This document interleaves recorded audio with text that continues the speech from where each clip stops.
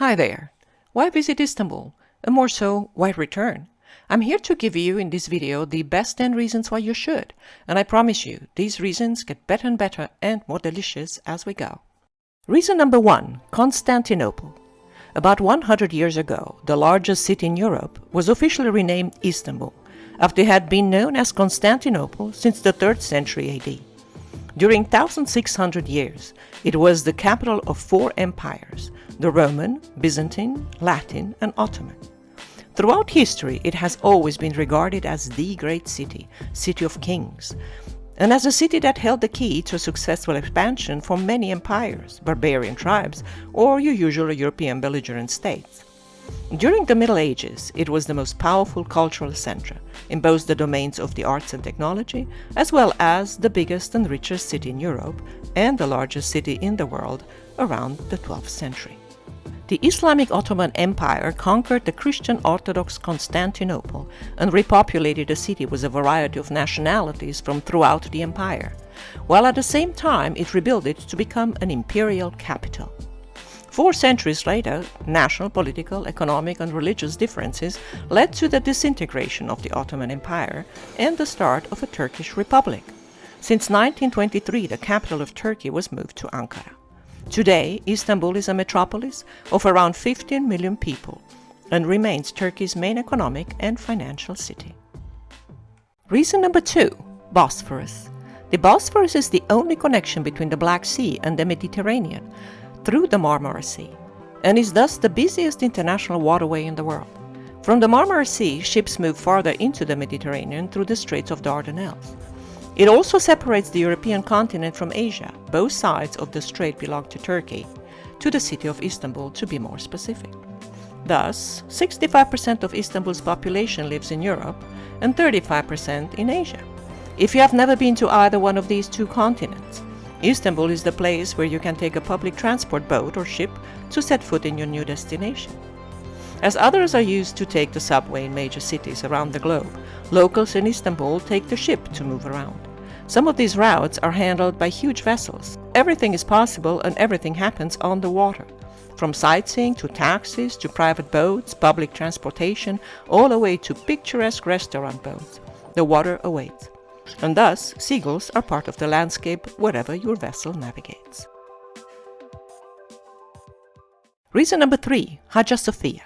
Hagia Sophia was built as an Eastern Orthodox church in 537 AD and was known as the Church of Holy Wisdom, a repository of ancient scriptures of Latin and Greek origins, who later helped fuel the onset of the Renaissance period. It remained as such, with a short period as a Catholic cathedral around the Crusades of the 12th century, until the conquest of Istanbul by the Ottoman Empire in 1435, when it was changed into a mosque, until 1935, when it became a museum, until 2020, when it became a mosque again.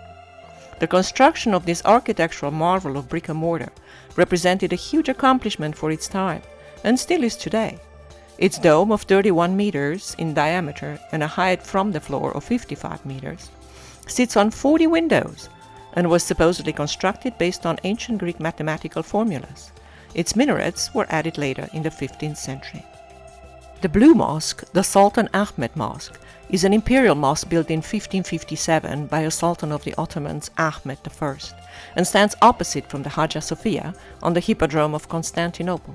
Its interior is breathtaking. A full renovation of the mosque was finalized in 2023. Reason number 4, Topkapi. Istanbul's architecture has been greatly influenced by its Byzantine and Ottoman past. Topkapi, the Ottoman royal palace, was built in 1465 by the Sultan Mehmed II, as both a residence and place of government. It remained as such until 1853, when the seat of government was moved to the much more modern Dolmabahce Palace. Since 1923, Topkapi is a national museum. The most impressive pieces, aside from belligerent arms and weapons and lavish decorated royal rooms, are sculptures and engravings. The delicacy of the calligraphy is mind-blowing. Aside from its political significance and its impressive size and architecture, Dolmabahce's palace's claim to fame is actually its chandelier, which alleges to be the largest in the world, and which was acquired by the Sultan from Queen Victoria.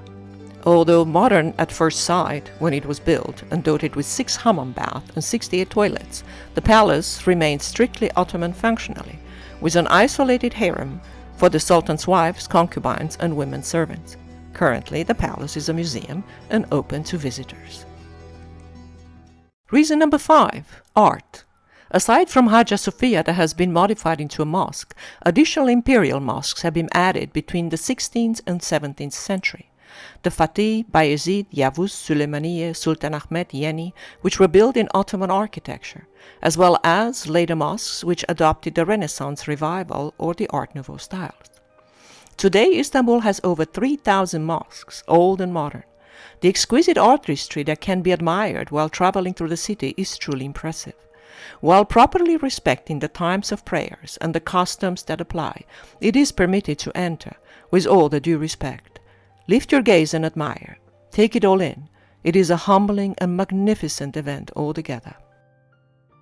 One item that Ottomans made and used, and which I have often seen in museums around the world, are mosque oil lamps, made out of translucent painted enameled glass, gilded in gold, and which were common in the Middle Ages. These were hanging from the ceilings of the mosques, from the large circle of metals you can still see today, now used for electrical lights. Newer arts and crafts endeavors are greatly inspired by motifs found in religious and historic buildings. Iznik ceramics and tiles, as well as fabrics and other decorative items of today's modern life, draw heavily from the rich Ottoman artistry. Reason number 6. Lokum. Known as Turkish delight, lokum or rahat are the little chewy cubes of flavored sugar.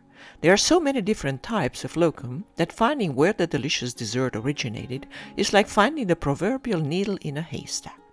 Pretty much all countries across Eastern Europe and Asia have a few kinds, although a particular baker from Istanbul claims to be their original maker, 5 generations back, that is. You can get lokum anywhere, from supermarkets to the Grand Bazaar, or in fine establishments selling candies and sweets. My all-time favorite remains the plain lokum with rose flavor. I did try a good deal of others, and I still return to the basic each and every time, as long as it is made in Turkey. Aside from finishing a box of lokum, there are other ways of ingesting sugar in Istanbul, and once more the Ottoman Empire is at fault, the baklava. This phyllo pastry filled with nuts and drowned in syrup is prohibitive. One thing you notice when you move farther into Southeast Europe and into Asia is that sweets become sweeter. Not sure if this is a recommendable attribute, but the sweets are a lot nicer. Reason number 7. Turkey. Getting to know the richness of the Turkish culture that developed over so many centuries of hardships as well as triumphs is fascinating. Turkey abolished the Sultanate upon gaining its independence from the Entente powers during World War I. Throughout history, the Anatolian Peninsula, the main territory occupied by Turkey today, has been inhabited by many other ancient civilizations, such as the Hittites, Anatolians, Assyrians, Persians, Greeks, and more. The Seljuk Turks occupied Anatolia in the 11th century. Soon followed other Turkish rulers from Persian lands, who themselves later fell to Genghis Khan and the Mongols. The Ottoman Turks from northwestern Anatolia built later their giant empire, crossing into Europe and conquering Constantinople. When venturing farther into Turkey, leaving the European side, there are many incredible places to visit. Maybe next time. Here are a few. Göbekli Tepe, the excavation site of the oldest temple in the world. Cappadocia, with its fairy chimney rock formations, cave dwellings, and an entire touristic infrastructure built around them, popular for cave hotels and hot balloon rides. Pamukkale, Cotton Castle, where thermal springs that leave behind calcite have created over time terraces of limestone called travertine. The ancient city of Hierapolis was built upon these terraces of travertine, and the area is now a UNESCO World Heritage Site. Izmir, the ancient Smyrna from the times of Alexander the Great, with the famous ancient ruins and clock tower. And the list goes on and on. Reason number 8. The Grand Bazaar. Istanbul's Grand Bazaar has been active since 1461, and other additional sections joined it throughout history until modern times. The Spice Bazaar, for example, was added later in its vicinity. A covered marketplace in the historic district of Fatih, the Grand Bazaar reunites 4,000 shops on over 60 streets and is visited by at least 250,000 people daily. The market has 4 gates and it is advisable to remember your entry just in case. Stores are roughly structured by sections, each with an agglomeration of certain products, such as gold and jewelry, furniture, carpets, leather goods, and clothing. My favorites are souvenirs, of course, from ceramics to lamps. But you can also have them tailor a garment in a couple of days for you and pick it up later, as long as you remember where it was. Ceramics and pottery come in many different styles and prices, and although you can find Turkish bowls and plates around the world, the Grand Bazaar is your best bet, unless you can travel to the source. And my all-time favorite? The small eateries you can find here and there, with a dreamy atmosphere, a hot infusion of rose tea that truly tastes like roses, and a homemade something that involves dough, melted cheese, and fresh dill, a small piece of heaven. Reason number 9, the döner. Döner kebab is a truly Turkish invention. The tall, vertical rotisseries can be seen all over town, where the meat is stacked on a giant skewer and rotated gently in front of a vertical grill. While the outside of the meat gets roasted, the cook shaves it little by little. The meat is then served in a wrap called durum or in various other ways. This cooking method has been adopted by Greece, as well as by the makers of the döner kebab of Germany, where a Turkish immigrant introduced it in the 70s. Other specialties you must try when in Istanbul are rice-based dishes like pilaf, koftes, which are meat patties, eggplant-based dishes, stuffed grape leaves called dolmas, and an abundance of fish. For in between there are the irresistible borek pastries, the pogača-baked breads made in the ashes of an open fire, the sesame seeds-covered simit breads, accompanied by the fresh cheeses, feta cheese, sour cream, yogurt, poached eggs, pastrami, tzatziki salad with cucumbers, and so on. To all this, add a lot of vegetables, mostly baked, and fruits of all kinds, especially local ones like the quinces, and nuts, and you get the idea. Reason number 10, coffee. A UNESCO intangible cultural heritage, Turkish coffee is very different from your regular Americano, espresso, or cappuccino. It is not filtered to start with. By boiling the coffee on the hot coals and ashes, it becomes very strong and rather intense, but it does taste more like coffee than your usual Americano.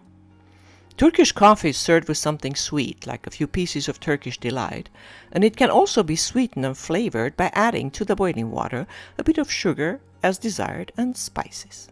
The spices can be your usual cinnamons and such, cardamom, anise, fennel, cloves, nutmeg, or more strange items like salep or mastic, made from plant resins and orchids, or the perfumed ambergris produced by whales. And let's not forget the tea, which is drunk even more than coffee. Turkey is the #1 consumer of tea in the world and the top 5 producer. Want a few more reasons to return? Next time. Thank you for watching. If you like this video, please don't smash any buttons. Just gently like and subscribe for more. The world is vast and it's all yours. Next time, you might also want to fall in love with this next destination over there. Thank you.